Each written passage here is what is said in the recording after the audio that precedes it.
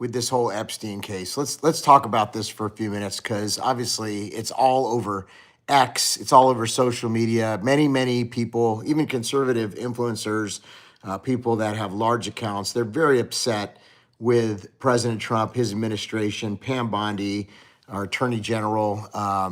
Everybody in the administration, Kash Patel, the director of the FBI, Dan Bongino, former conservative radio talk show host and Fox News personality. So what is going on? So I wanted to wait a little bit before I made a video on this. Obviously, this has been going on for a couple of days now, and many people are furious. They're furious, and I just want to say rightfully so, because we know, and I think it was Glenn Beck that said, this whole thing with Epstein is like the Rosetta Stone, if you will. It's a cornerstone for a corrupt, what many like to call deep state, a corrupt group of individuals that many people believe have been operating inside and outside of the Beltway, all around the world, really, when it comes to a lot of nefarious actions. And, while there are some conspiracies out there, for the most part, we do realize that something went down here. Obviously, there was an island. There was probably some flight logs. We know there was some flight logs. There was a lot of famous people, whether it be politicians or actors and actresses, some princes, really high-level people involved, a president or two. So, I don't think this story is going to go away. And, I don't think it should go away because it, as Glenn Beck said, it's like a Rosetta Stone. It's a very important piece. It was something that almost everybody in President Trump's administration spoke about prior to being in the administration. Think about it. You can find, interviews with Kash Patel. You can find interviews with Dan Bongino. In fact, I even posted one on my personal Facebook page, where he was talking about it. Donald Trump, I think, has alluded to it, talked about it a few times. Pam Bondi. And then you had, of course, where there was this really weird situation where, Pam Bondi invited a bunch of, influencers to the White House or wherever it was that they met. I believe it was the White House. They gave them this folder. You remember the folder? They gave them the folder and they said, we're gonna disclose this. And then there's a couple of interviews of her. One of them, everybody's kind of talking about, where she was on Fox News, which, by the way, she's on Fox News a lot. And she's on Fox News and she's talking about how she's got the Epstein files sitting on her desk. And then they have this press conference after an Axios memo leak. And there's this press conference, Caroline Levitt talks about it, kind of just really diminishes the story, takes the wind out of it for people. People are shocked. They're trying to figure out what's going on, why the Trump administration would not be transparent. Then you have the interview. I think it was a press conference that Pam Bondi did, and I believe there was a few others involved, and Trump was there. It was his whole staff meeting, right? And his whole administration that was gathered, the cabinet. And this question came up from a reporter, and President Trump first answered, and his answer was kind of upsetting. He made it like, oh, you guys are still talking about that?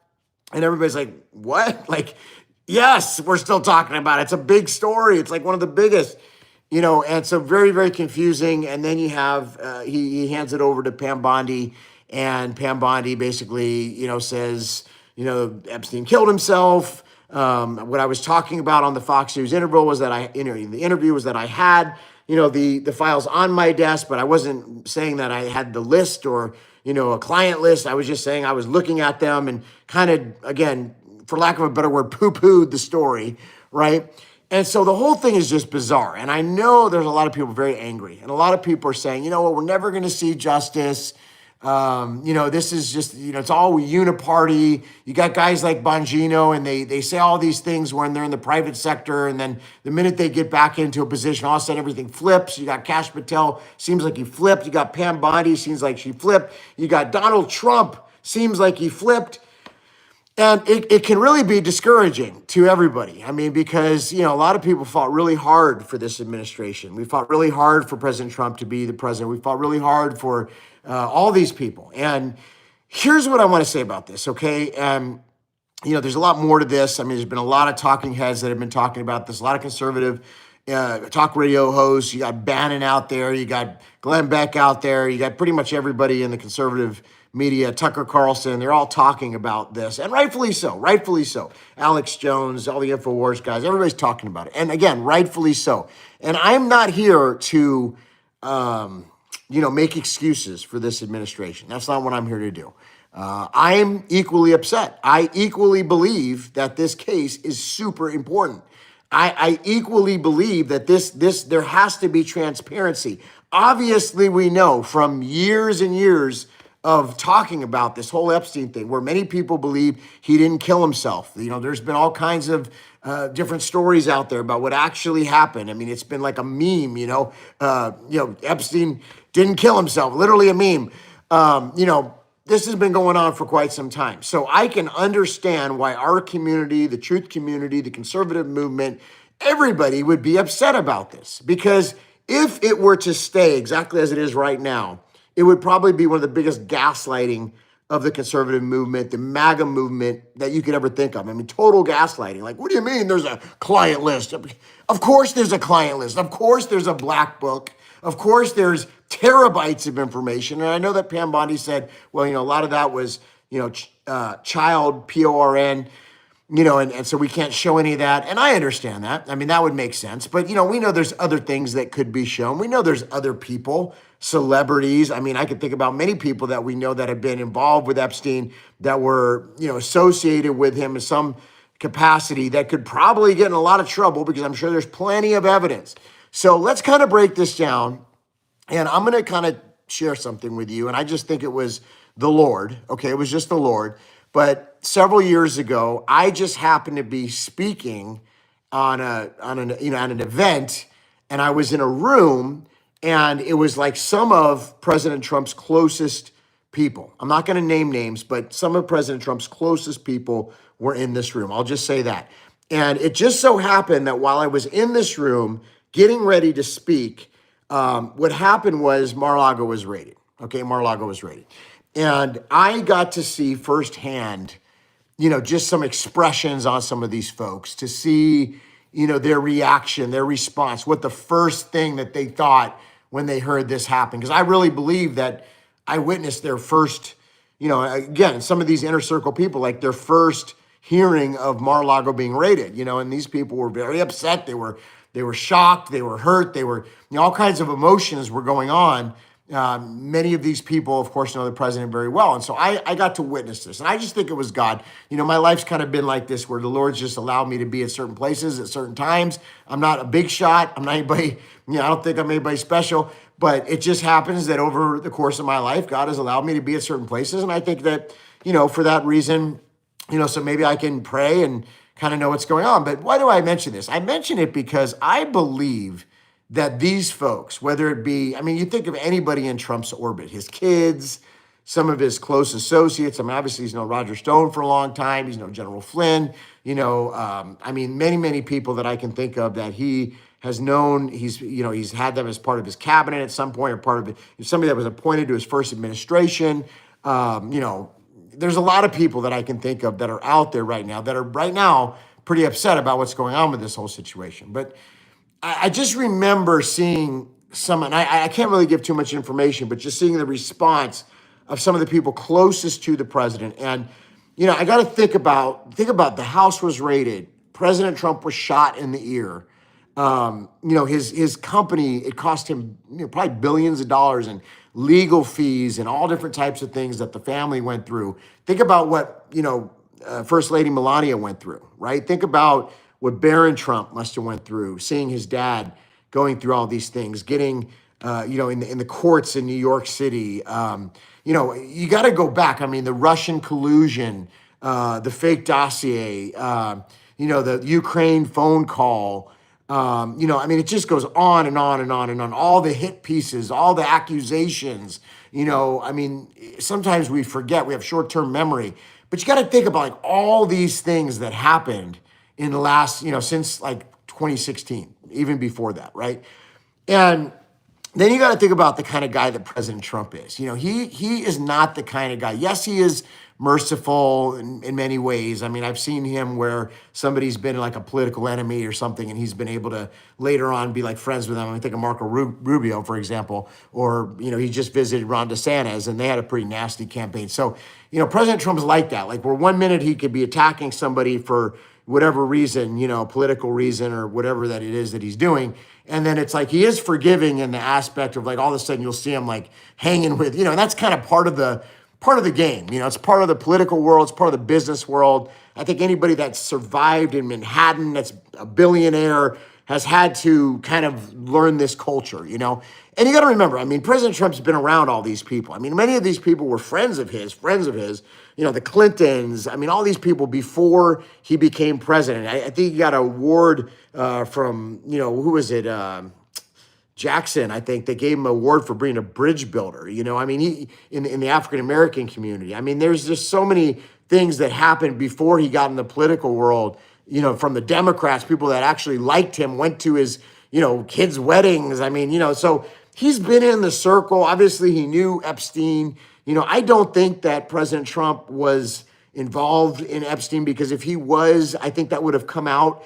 He's probably one of the most heavily vetted people out there, if you think about it. I mean, from 2016 and then 2020 and then 2024, think about all, I mean, if they had anything on him when it comes to Epstein, you would have thought that they would have brought that out by now. I mean, this man they've tried everything they could possibly do. So it just seems odd to me that would have never come up if they had a smoking gun on that, right? And then, of course, there's the story about how he kicked Epstein out of his golf club course, or, I think it was Mar-a-Lago, actually, his golf club, because he didn't want him there because of who he is. And, he found out some things about him and things like that. So he didn't like the way he was treating the women, something along those lines. So, I heard he kicked him out. I've heard him say things, in a negative way about Epstein. So anyway, just my opinion, because of the amount of vetting that's gone on with this man, if they really had something when it comes to Epstein with Trump, you would think that by now that would have been leaked or somehow would have come out. I mean, think of the tax returns. They went through everything. So what do I think is happening? You got to think of each one of these people. You got to think of Pam Bondi. You got to think of Kash Patel. You got to think of Dan Bongino. I met Dan Bongino at CPAC a couple years ago. It was when he had just got through his medical condition that he was going through, and he seemed like a really humbled man. Now, of course, this was a man that was a Secret Service for the Clintons, I believe. I mean, he's been around the block.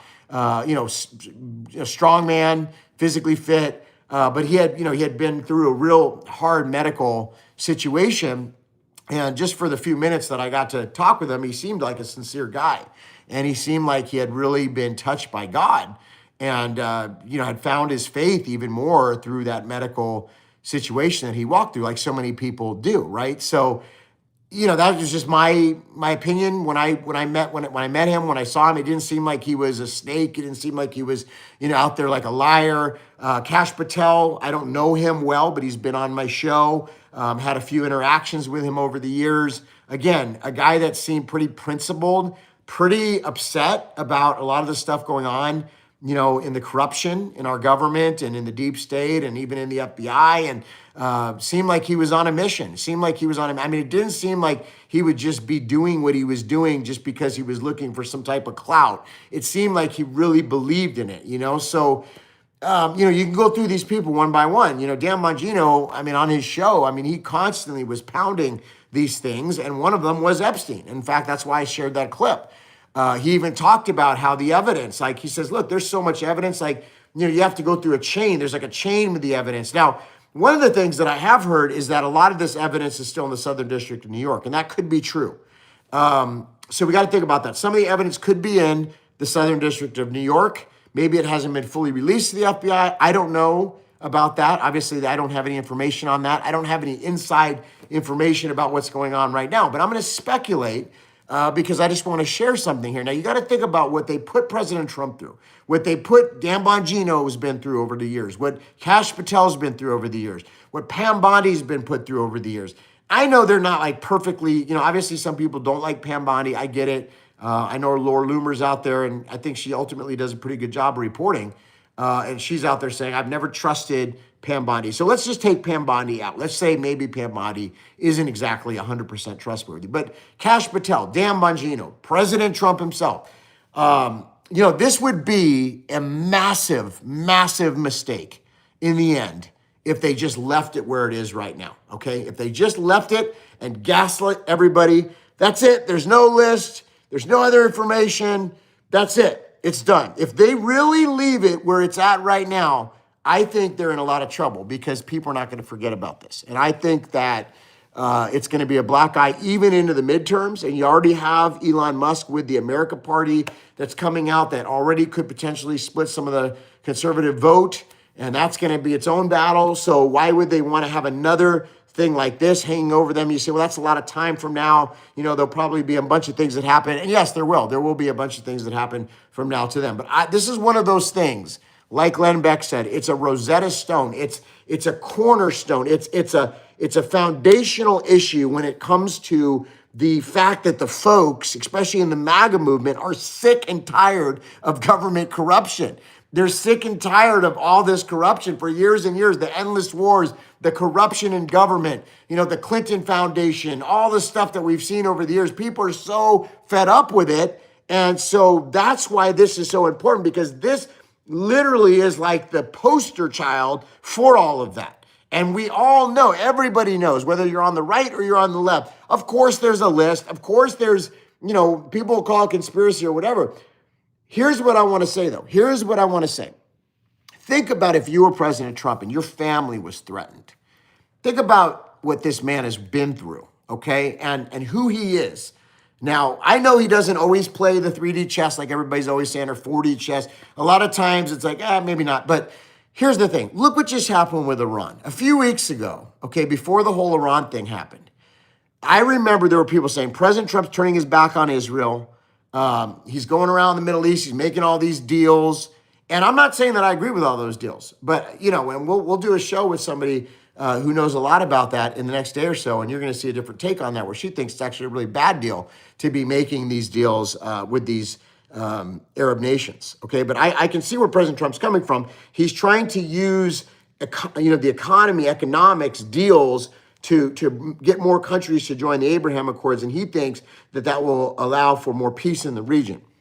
Okay, what I think is happening is no matter what, there's a stage that's being set for Gog and Magog. There's a stage that's being set for eventually Armageddon. There's a stage prophetically that's very important. I think that the Abraham Accords are part of that prophetic stage. I think that with all my heart. I think that, I remember, I don't know if you guys watched the broadcast that I did a little while back, where I really felt the Lord say that President Trump is going to be used at some capacity. I'm not saying that it's going to happen during his term, but at some point, I do believe that because of his policies and what he's done in the Middle East, it's going to pave the way for the temple. I really believe that's going to happen. So I think he's a very influential person when it comes to biblical prophecy, and whether he knows it or not, and I think he does know it to some extent, especially since God spared his life, and I think that really was a wake-up moment for him. So let's take that into account. The man almost lost his life. He knows that God spared his life. I don't think that he wants his legacy to be that he allowed one of the biggest stories in our generation to just go away. I don't think, from everything that we've seen, either the man is a complete liar, which I just can't imagine that being the case, okay? Dan Bongino, Kash Patel, Pam Bondi, we'll go down the list. Would every one of them sell their soul? People say for money. They do it for money. They do it for power. They were just lying. All of them were doing that? So you're telling me that not one of them has a conscience? Not one of them would say, hey, you know what? I can't be involved in this, so I'm going to step down from this position. So they saved their reputation and their integrity. You're telling me that none of this group, Caroline Levitt, who is literally a strong believer, okay? You're telling me that all these people, okay, all of them are willing to sell their soul for power, and none of them are going to step down. They're just going to be in lockstep with President Trump to just gaslight the whole MAGA movement, and what one of the most influential people in our movement says is the Rosetta Stone. You're telling me that they're all going to just be complicit with that? That's okay. You know what? We're going to gaslight everybody. We're going to move on to the next thing. I want you to think about this, okay? They thought that President Trump had turned his back on Israel. When it ended up happening? When it ended up happening? Okay, he didn't turn his back on Israel. He was actually working with Israel. And later we found out, but it took a couple of weeks. Later we found out that not only was he working with Israel and the IDF and the Israeli military and planning what was eventually going to happen with the takedown of the nuclear sites, and he came out. And so all the people that thought that he was turning on Netanyahu ended up basically with egg on their face, because he didn't, not only did he not turn on Netanyahu, but he literally was like backing him and totally opposite, right? And this has been the case with many different things. 1, 2, 3, 4, 5, 6, where what I notice about Trump is he doesn't care if temporarily he gets some really bad publicity. He doesn't care for a couple of weeks. And honestly, I think what that does is it kind of shows who's who. Because a lot of people are really fair weather friends and they just bail the first moment. Oh, see, I told you he's part of the uniparty. See, I told you he's part of the corrupt system. Yeah, see, he's no better than anybody else. How quickly people forget. How quickly people forget. Now imagine if you had somebody try to kill you. Okay, I actually had that happen, so I know how that feels. Okay, imagine if somebody tried to do that. You don't just forget. If you've ever been through something like that with your kids, with your family, where someone came after your family, it's not something people just forget. Okay, it's not, and you combine that with all the stuff, the corruption, everything that President Trump has said for years and years and years and years and years, and all the things. So basically, people are saying all that was a big farce. He's actually been part of the uniparty the whole time. It was all a big farce. Or let me just present this to you. We've seen a pattern here, okay? Remember, Trump was going to destroy the economy. He's going to destroy the economy. The tariffs are going to destroy the economy. Actually, the economy's up. Gas prices are going to skyrocket. They're going to skyrocket. Actually, gas prices are down.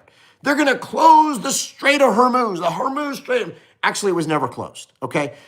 China's going to go to war with the United States over this trade war. Actually, they capitulated, and we got a much better deal. I can go on and on and on and on. Trump's going to start World War III. Actually, we're seeing peace and a de-escalation. That was what the central bankers wanted. That was what the European elites wanted. That was what the other folks wanted. Trump pushed back and de-escalated and continues to do that. And then there was the folks that we're going into World War III with, if he bombs the nuke sites, Iran's going to do this, Iran's going to do that, Iran's going to do. Thank God Iran hasn't done anything. So I want you to just think about all of this and just kind of think if you were about to pull something off, now you got to think about this too. Many elites have left the country. Many elites have left the country. Just recently, you had P. Diddy, okay, his trial strangely ended pretty quickly with pretty small charges. Did he make a deal? Is Epstein and P. Diddy connected? Could there be a connection there? These are questions we have to ask. Again, I'm not saying I know. I'm just saying it's kind of weird that P. Diddy, it was kind of like a case that they wouldn't have prosecuted. They wouldn't have come after him if they didn't have a lot of evidence. And just so happens that, they had so much evidence on him, just like they had so much evidence on Epstein. You have all these elites that have left the country. Okay, all these elites that have left the country. Well, why? Are they panicked? Are they worried that something's going to happen? Are they worried that maybe that they could be a target of an investigation because they've been at some of these freakouts and some of this Epstein stuff? Maybe they've been to the island. And so what would be like the most brilliant thing to do if you were a Trump guy, if you were to make everybody feel like, oh, you know what, that's done. The case is closed. I don't have to worry anymore. You know what? Now I'm going to go back to my normal life because I must have just escaped. I'm just a lucky guy. I'm so lucky. I must have escaped it again. And so they go back to doing whatever corrupt stuff that they do and thinking it's over. And you know what? Maybe, just maybe, all of a sudden we see now an investigation into some of these people that went after President Trump with the dossier and all the, the corruption that was happening during that time. Clinton Foundation, could it all be connected? Could it all be connected? Could one investigation lead to the other? Are they the same players? Are the same players involved? And maybe this is all going to come out, but maybe it's not going to come out for a couple months. Now, there's a lot of people say, well, I'm sick of waiting. We've been told this for a long time. Yes, we have been told this for a long time. But think about how much has happened since then. Think about how many things have happened. I mean, they said Trump would never get another second term. He'll never win the presidency. He actually did. So many things are being, I mean, they said Roe v. Wade would never be overturned. They said all these different things would never happen. And look how many things have happened. And, if you were to go back in time like 4 years ago or so and told people what was going on right now and what actually happened, there'd be a lot of people that say that'll never happen. That's a conspiracy. Yet here we are. Here we are. I mean, the IRS just came out and said it's okay for pastors to speak about politics. I mean, what kind of world are we in? What world are we in right now? Now, most of us have never cared about that, but it's nice to hear the validation so the people that were worried about it can finally say something. At least they don't have an excuse anymore, right? So let me land the plane here, okay? Let me land the plane here. I don't think that they would just gaslight the whole MAGA movement with the Rosetta Stone. That would be the biggest political liability. That would be the biggest political liability. They would have to be really foolish to think that the entire MAGA movement is just going to forget about Epstein. What it would do was it would cause a lot of people not to vote in the midterms.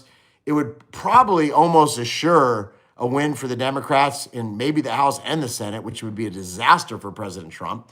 And not only that, he'd spend so much of his political capital, a lot of people wouldn't really trust him anymore.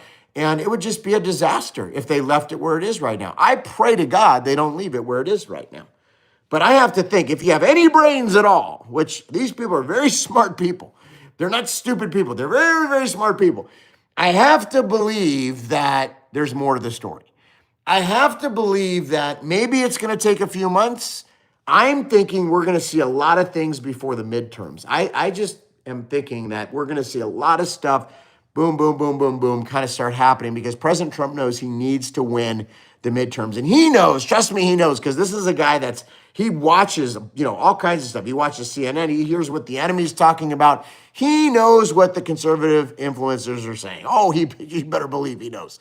Okay, he's not in that big of a bubble that he doesn't understand that some of his most ardent supporters are very upset by this, are discouraged by this, are let down by this. You better believe he knows that. His son knows it. By the way, Don Jr. has been out there for years talking about Epstein. Like I said, the closest people around President Trump for years have been talking about this. This has been one of the big issues, and it's just kind of odd the way it's played out. So that's why I waited. I don't have the answer, my friend. Again, I'm going to be very clear. If they gaslight the MAGA movement and nothing else comes out and we have the midterms, it's going to be a disaster. They will not forget this. You're going to lose a lot of support. You're going to lose a lot of trust. There's going to be a lot of people that would probably start wondering if President Trump is part of the deep state. People are going to start calling him a uniparty. There's going to be, you have all your little cliques and crowds. And some of these people, I'm not saying they're right what they're saying. I personally am not going to do that. But I know a lot of people are doing that. I'm seeing it. And some of these people are good people. And they have a righteous anger. And you know what? Rightfully so, because this is all about, it's not about Epstein. It's not about the criminals and the evil, disgusting, perverted people that are involved. What it's about is the children. It's about the children. It's about justice for the children. And you got to think about the children, right? So, these children need justice. And I think that's what people really care about at the end of the day. And if the case just closes and the only person that goes down is Ghislaine Maxwell, and some people say, well, it was just a big conspiracy. It was never what people made it. They made it into something that it wasn't. It's hard for me to believe that because there's just been so much that's come out. And, you don't have this island with this, it's like a tomb and all this stuff. And, just to have, you can't just be like, oh, there was really nothing going on there. Like, seriously? Like there was. Everybody knows it in their heart. They know there was stuff going on there.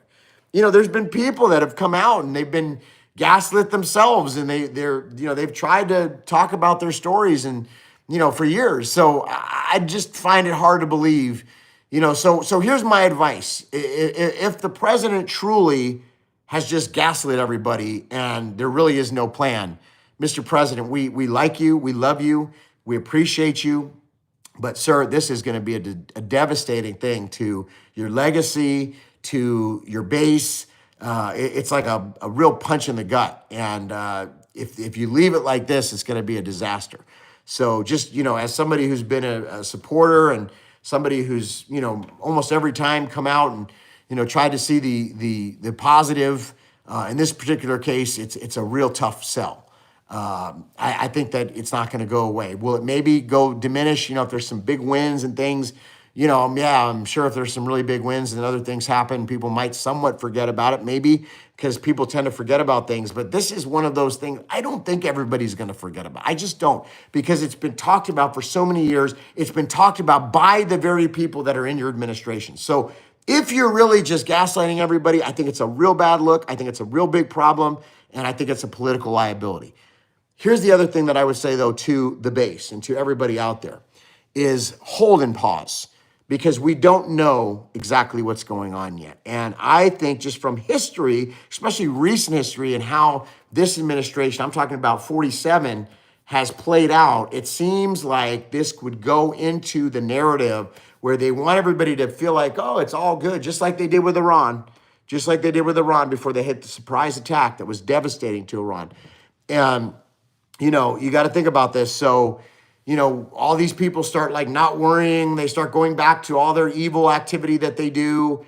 And meanwhile, they're all being watched. And, there's a lot more to the story. So I would say pause and pray and believe that there's more to the story, like I do. I do think there's more to the story. I think we're going to hear more. I think we're going to see more, but I think it might take some time, and I think everybody needs to have some patience.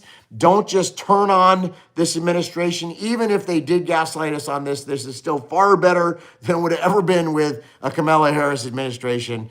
We still see a lot more freedom. We're seeing a lot of wins. And obviously, it's the lesser of the two. It's the better of the two. And, it is what it is. But I believe, though, that we're going to see, just my gut, that there's going to be something that comes out in the future about this. And I think that a lot of people are going to be shocked, and a lot of people are going to feel stupid for their criticism. And we'll just have to see how it plays out. But here's the thing. I think we need to pray this through. I think this is a situation in flux. And I think we need to pray it through right now and ask the Holy Spirit, ask the Lord. The Bible says what's been done in darkness will be brought to light. And so I have to believe that whoever's been messing with children, whoever's been doing evil things that are some of the most grotesque and evil things, the Bible says you'd be better to have a millstone around your neck, okay? That's how bad it is. So I just got to believe that it's going to come out one way or the other. And I have to believe that these people who are pretty principled people that President Trump has put in his administration, I can't believe that every one of them would be okay with gaslighting the whole movement. And, one of them wouldn't say, hey, you know what, peace out. I'm out of here. I can't do this. I have to believe that one of these folks, whether it's Dan Bongino, Kash Patel, somebody would say, you know what, I'm not going to let my integrity go down the tubes here. But the way that they're coming out, the things that they're saying, in my opinion, in my gut, more is going on here. And I think that, fast forward, might be a couple months, might be like a year from now. But I believe in the future version of us are going to look back and we're going to be like, that's what it was. Now I understand. And so I think it's similar to what happened with Iran, where people thought President Trump had turned on Israel. A lot of people were calling me, I can't believe it. He's going to do a two-state solution. He's going to do this. He's going to do that. Ends up that President Trump actually was defending Israel and even bombed the nuclear sites. And we found out later that he was coordinating the whole time. And Netanyahu's been here this whole week. And by the way, what's going on with these conversations right now with Netanyahu? And what are the things that they're talking about? I think we're going to see some major movement with the Abraham Accords. I think there's going to be a lot of stuff that comes out these next few weeks and months. And then what's going to happen, in my opinion, is a lot of these big financial deals with nation states and with corporations, billions of dollars. A lot of that's going to start trickling down. We're going to see a boost in the economy. Once they get rid of the Fed chair and they change the Fed chair over and they lower interest rates down to like 1%, you're going to see like a supercharge on the U.S. economy. It's going to be like,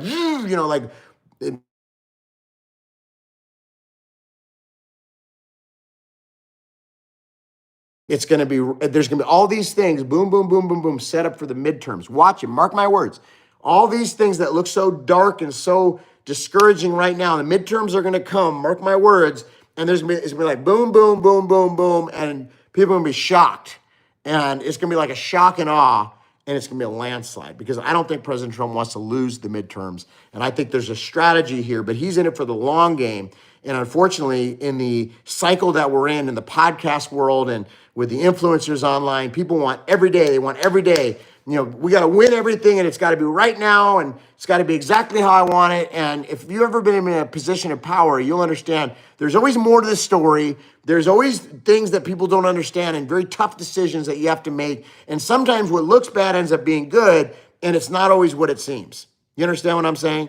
So anyways, well, thank you for everybody. I love all the comments. Some of you guys just hate me and I love you. But I know that you hate me and that's okay. That's okay because you know what? I've been right like 99% of the time. So you can go back, right. Some of you listen to MSDNC. You get your news from Rachel Maddow and you've been wrong about like on 99% of the things. And that's why you're very angry sitting in a basement somewhere right now. So there are going to be those people. God bless you. I'll pray for you. But for people that are thinking people, you understand what I'm saying. It makes a lot of sense. And anyways, we bless you. Thank you so much. Have a great